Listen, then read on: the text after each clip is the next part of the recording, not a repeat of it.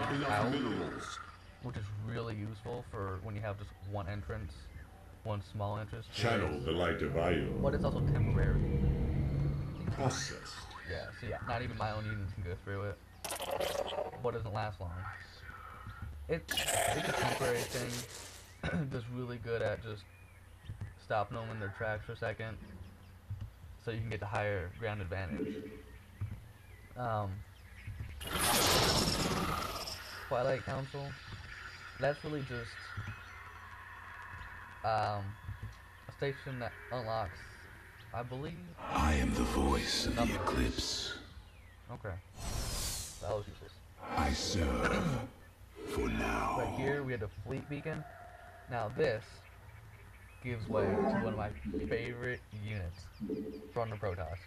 From the first game, thank God they put it back in the second game because I wouldn't know what to do. It's just one giant spaceship that sends out little mini attack spaceships from inside of it. Goes out, attacks, spaceships come back in. It's devastating when you have like 4 of them or 5 of them together. Upgrade complete. Each carrier carries about 8 or so little mini attack ships, and just having about 4 or 5 giant carriers, it'll ruin a guy's day, basically. Now what I just built was a robotics factory. Upgrade complete. Server, which from the old game is some of you guys might know if you played the other games. The other unit that you can get from the Stargate is called the Scout. This is in, it's Phoenix now. It's pretty much the Scout from the first game. Research complete. The Scout, however, could attack ground and air. This one can only attack air. It's pretty cool. It does some damage if you're doing air-to-air combat.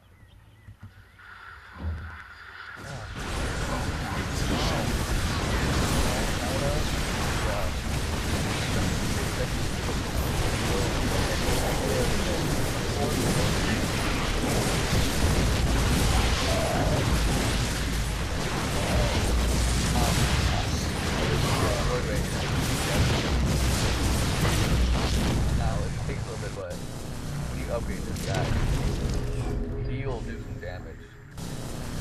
See the we get 4 pilot pillars come out and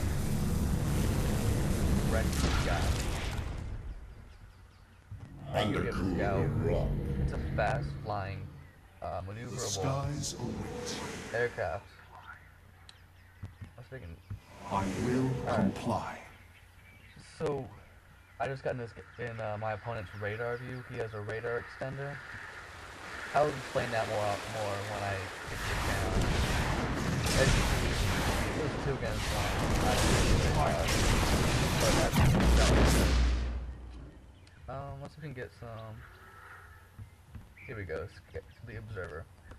These are the look around invisible types. They help detect what else is visible.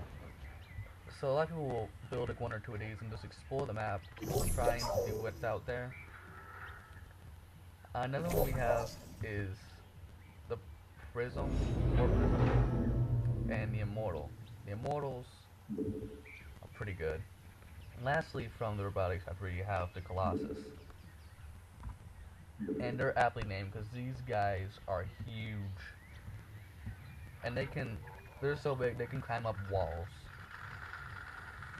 So like as you can see, my observers here, they have no idea it's here. There's also inside the radar. They can't see me. I can see them.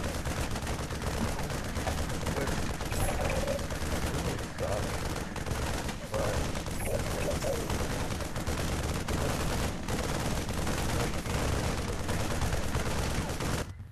This prism, I don't really dabble in it much because you only see a need for it.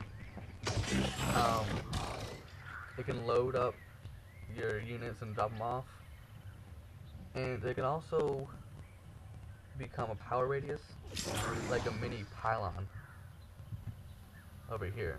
It also can have things warped to them, and it goes back into transport. personally I say not too useful. Now one unit that they didn't put in was the roach. I called it the roach because it looked like a giant cockroach. It was like a giant slug cockroach looking thing that would just spit out little mites or that it would explode on you, and they could deal a bit of damage. And here we have the Immortal that's come out. This guy,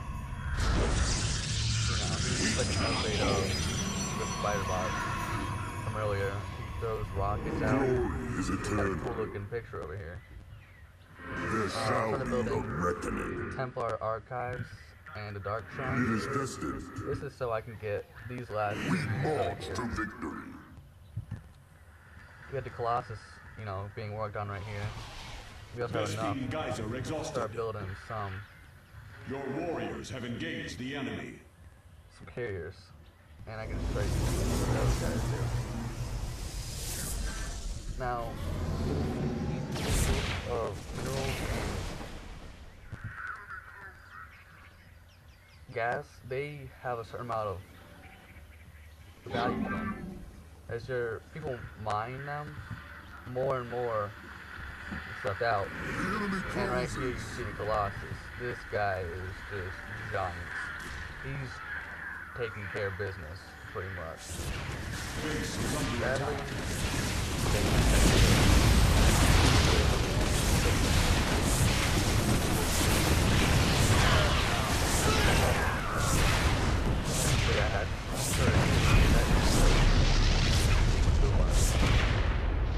Protoss, they don't need help, but they regenerate their shields, so it's kind of a give and take. But here we have the mother. This new unit that I love.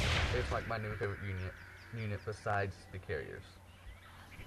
So now that we have the Templar Archives and the Dark Shrine here, we can make the High Templars and the Dark Templars. That was one. The High Templars are like the psychics of the game. The Dark Templars are like the invisible special ops people. They're pretty useful, but once your opponents learn and get other units that can see invisible stuff, they're pretty much useless, I'd say.